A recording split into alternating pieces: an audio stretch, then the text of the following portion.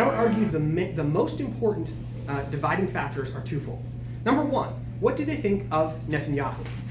Number two, and this is even more fundamental, and I would say is really what has caused the most recent election that we had, what does it mean to say when we say that someone is Jewish?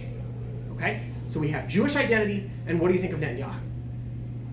So let's go over the differences real quick.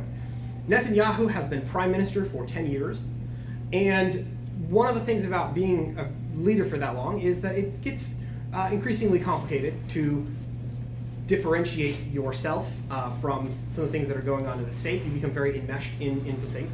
Netanyahu is also a very strong personality, and he has family members who are strong personalities and who are quite controversial, not just on the left, but even on the right. And some of this goes into personality, and I can get into the gory details of Sarah Netanyahu, who is Netanyahu's wife, and her relationship with Ayelet Shaked, who is the head of one of the right-wing parties, who essentially Netanyahu's wife kicked Shaked out of Likud because she was young, attractive, and considered a potential threat to her husband. So politics always sometimes comes down to personalities, and there's a lot of that involved in this. Okay, so all of these figures on the right have had a complex history with Netanyahu, all of them except for Benny Gantz, who is the leader of Kahol Lavan, or Blue and White, have been in government with Netanyahu in the past. But there's increasing fatigue with Netanyahu.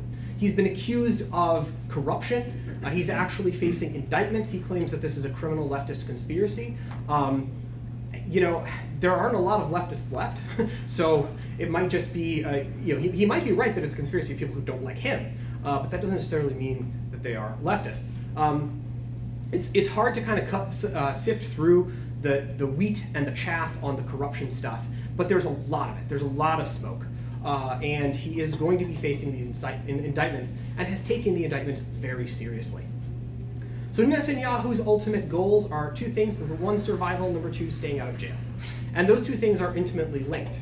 So as long as he's prime minister by Israeli law, he cannot go to jail. And so he needs to stay prime minister at just about any cost. On the other hand, there's a substantial faction of Netanyahu that tends to agree with him on policy, but is tired of him personally and is ready to move on and thinks that Israel needs a change.